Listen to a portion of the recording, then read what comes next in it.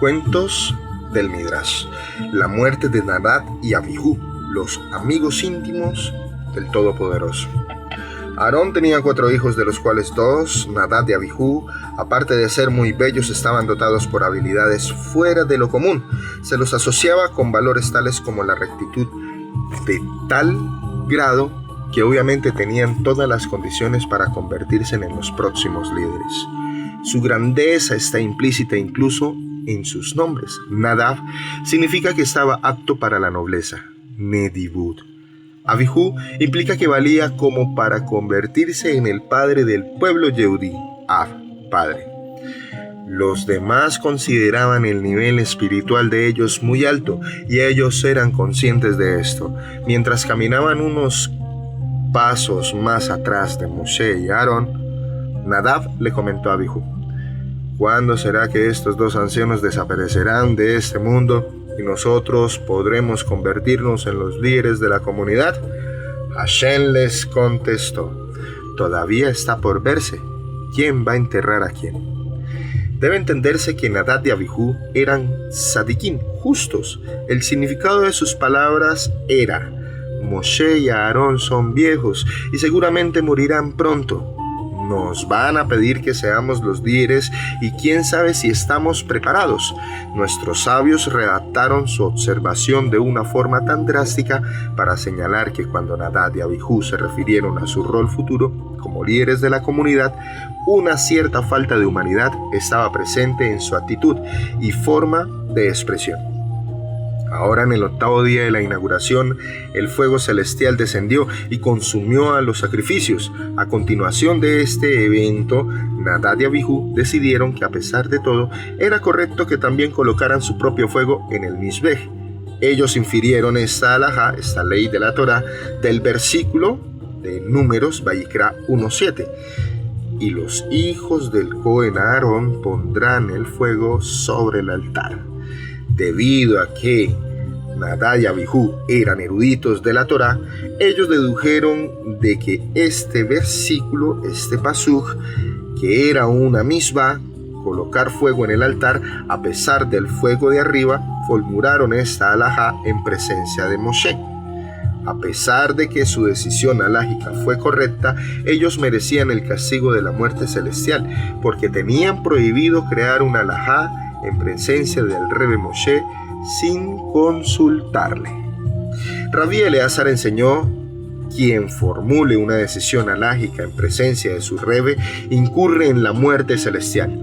Uno de los estudiantes de Rabí Eleazar una vez declaró una decisión de la Torá en presencia de su maestro, y Rabí Eleazar le comentó a su esposa: dudo que este hombre viva un fin de año.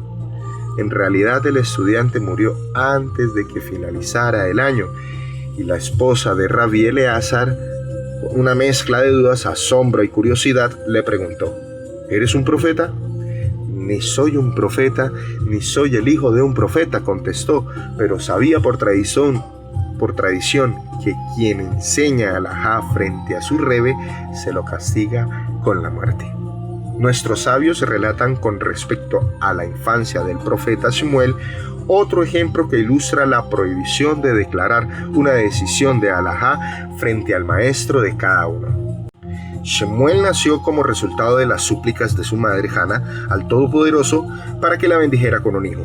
Ella prometió que lo dedicaría al servicio de Hashem durante toda la vida de este. Cuando él tenía 2 años, Hana cumplió con su promesa y lo trajo al Mishkan, en Shilo, en donde oficiaba el gran sacerdote Elí. Elí notó que ella había traído 3 toros para sacrificar y ordenó que un Cohen venga y sacrifique a estos toros. Shmuel, quien en ese momento tenía 2 años, pero cuya mente funcionaba como la de un adulto, escuchó esa orden. Cuando los Johanim llegaron para realizar el sacrificio, les dijo: no era necesario que vinieran, ya que según la halajá se permite que un no Cohen realice el acto de sacrificar animales. Sabes muy bien cómo aplicar la ley, admitió el gran sacerdote Elí. De todos modos, quien formula la halajá frente a su maestro merece como castigo la muerte. La madre de Shmuel, Hana, le suplicó a Elí para que perdone al niño y que no se lo castigue. Elí respondió: voy a hacer tefilá para que tenga a otro niño a cambio de este, uno que sea mucho mejor. No, mi señor. Hana le imploró: por este niño yo ya le rogué a Hashem. Entonces Elí perdonó la transgresión de Shemuel. El niño creció y se convirtió en el famoso líder y profeta que reunió a todo el pueblo para el servicio de Hashem.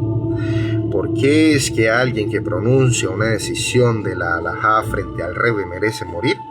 Primero, los comentadores sugieren que él merece sufrir las consecuencias de su acto. Nuestros sabios asemejan a quien avergüenza a otro en público con un asesino. Un estudiante que avergüenza a su Rebbe y actúa en su presencia como si éste no pudiera tomar una decisión por sí mismo, merece la muerte, ya que su conducta se considera similar a la que asesinó, cuyo castigo es la muerte. Segundo, asimismo, un estudiante que enseña en presencia del Rebbe revela una falta básica en su forma de encarar el estudio de la Torá. El judaísmo no exime a ningún ser humano de la crítica y siempre alienta a los estudiantes para que desconfíen y tanteen, haciendo ejercicio de sus facultades intelectuales, las declaraciones hechas por autoridades anteriores, investiguen y discutan acerca de la veracidad de las mismas. No obstante, la aceptación de las tradiciones de la Torá se apoyan en el claro conocimiento de nuestra inferioridad espiritual, comparada con generaciones anteriores. Mientras que el mundo occidental se enorgullece de su progreso, del paganismo y la barbarie a una cultura más humana, el pueblo yehudí lamenta una declinación espiritual constante. Cualquiera que haya estudiado historia judía de las fuentes auténticas de la Torá se dará cuenta de que somos enanos espirituales, no solo comparados con los iluminados de la Torá de hace muchos siglos, sino que también con nuestros abuelos. No tenemos ni su gran conocimiento de la Torá, ni su rectitud, ni su Nesirut Nefesh, entrega al Creador, ni tampoco su Kedushá, santidad. Su fuerza de voluntad y autodisciplina, su persistencia y concentración los hacía extraordinarios. Con respecto a su conocimiento de Torá y a sus acciones, el cumplimiento incluso de las masas, los Balei Batín de la Torá y la Avodat Hashem, el servicio a Adonai, bajo condiciones mucho peores que las nuestras hoy en día, son tan increíbles que nosotros ya los vemos como algo legendario. Conscientes de la profundidad y cantidad de conocimiento de las generaciones anteriores, nosotros estudiamos sus exposiciones de la Torá con reverencia y admiración temerosa, antes de tomarnos la libertad de dar nuestro punto de vista.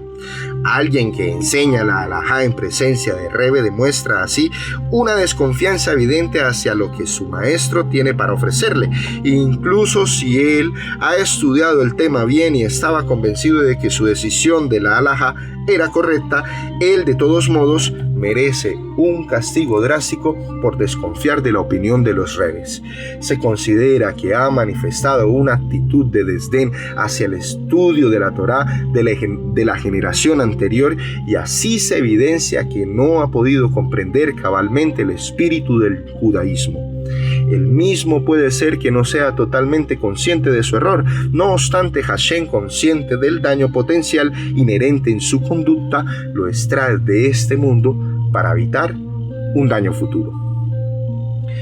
Nadab y Abijú resolvieron que sería adecuado ofrecer un fuego de ellos en el altar, y pusieron su decisión en marcha inmediatamente. Cada uno tomó una cacerola, colocó fuego dentro de ella y ketoret, incienso, sobre este, y la colocaron sobre el misbej.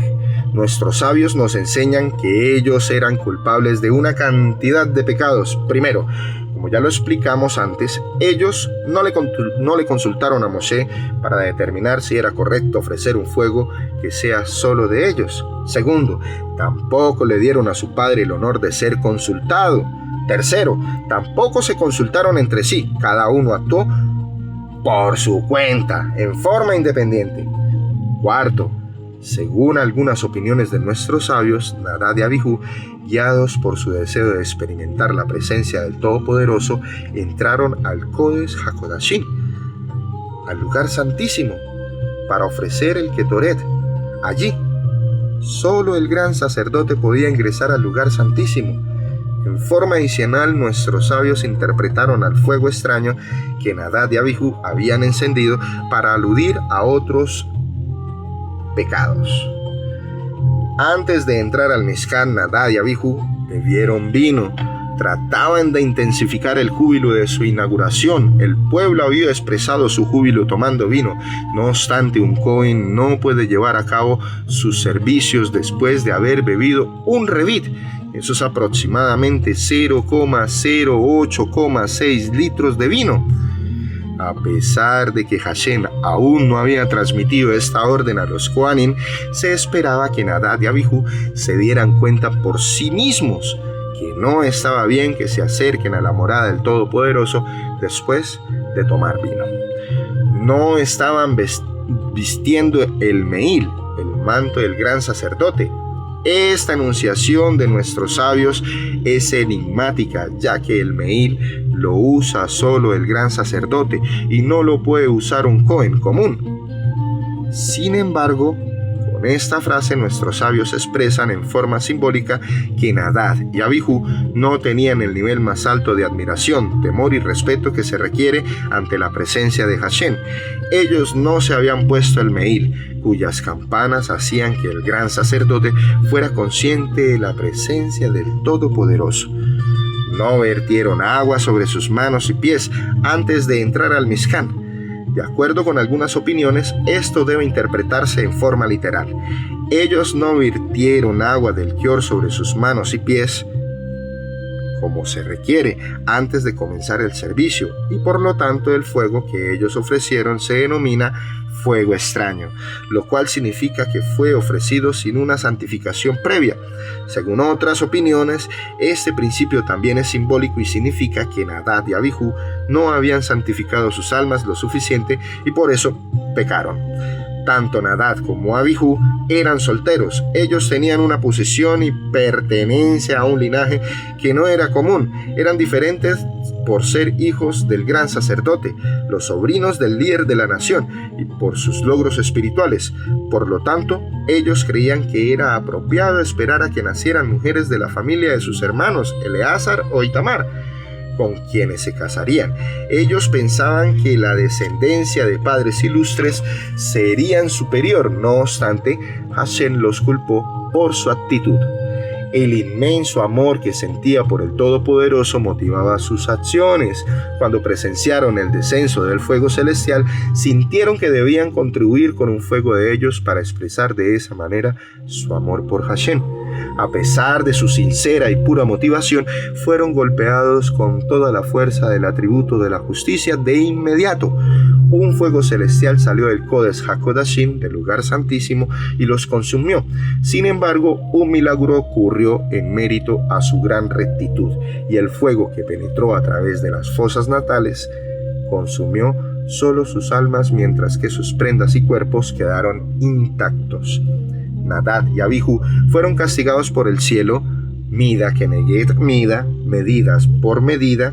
Ellos habían encendido el fuego de una forma que no estaba permitida y por lo tanto se quemaron. Hashem dijo: vamos a ver cuál va a ser el fuego que prevalecerá, el mío o el de ustedes. Debemos observar que el castigo drástico e instantáneo de Nadab y Abijú no era un símbolo de su inferioridad, sino de su rectitud. Cuando una mujer lava dos camisas, una de color y otra blanca nieve, frota la blanca por más tiempo y de forma más meticulosa que la de color, no porque la blanca estuviera más sucia, sino porque la textura blanca, la menor mancha, se ve horrible y resalta más. No obstante, las manchas no se notan tanto en las prendas de color. El alma del tzadik, del justo, se asemeja a una prenda blanca. Su pureza hace que sea vulnerable a la más mínima mancha espiritual.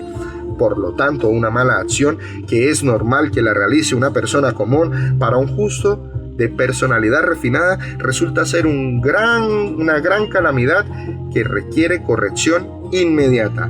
Los Sadiquín son los íntimos amigos del Todopoderoso y por lo tanto se espera de ellos que estén exentos de pecados de un 100%. En general, si alguien merece el castigo de muerte del cielo, su vida podrá extenderse hasta la edad de 70 y su castigo de muerte se pospondrá hasta entonces. No obstante, Nadab y Abijú fueron asesinados instantáneamente por varias razones. Como ya lo explicamos antes, ellos eran sadiquín y por lo tanto se los juzgaba en el cielo de acuerdo con las reglas más severas. Además, la corte celestial, como consideración, el hecho de que la sentencia de muerte se les había impuesto ya en una ocasión anterior antes de Matán Torah. En esa ocasión, Nadab y Abijú, junto con los más ancianos, ascendieron al Har Sinaí para que se les revele la Shejiná. Al experimentar la revelación, ellos sintieron un gran regocijo personal, pero no actuaron con la reverencia adecuada. Hashem juzgó a los ancianos como así también a Nadab y Abijú, y los encontró merecedores de la pena de muerte divina. Sin embargo, él no los mató de inmediato, por dos razones. Primero, la profecía solo le llega a las personas que están felices y tranquilas. Los judíos eran incapaces de experimentar la entrega de la Torá en la forma en que lo hicieron. Si una tragedia hubiera ocurrido antes de aquel acontecimiento, Hashem, por lo tanto, postergó la muerte de los ancianos y de Nadab y Abijú hasta una fecha posterior. Segundo, si el Todopoderoso hubiera matado a los sadiquín como Nadab y Abijú en Matán Torah, el pueblo se hubiera escandalizado y se hubiera rehusado a creer que eran culpables. Por lo tanto, Hashem esperó que se presentara la ocasión en la que Nadab y Abijú cometieran un error evidente y los judíos se reconocieran la justicia del castigo. Incluso la combinación de los errores antes mencionados no hubiera provocado la muerte inmediata, si no hubiera sido por un factor adicional. A través de su castigo devastador, el Todopoderoso deseaba santificar su nombre en la inauguración del Mishkan. Este punto será explicado en el próximo capítulo.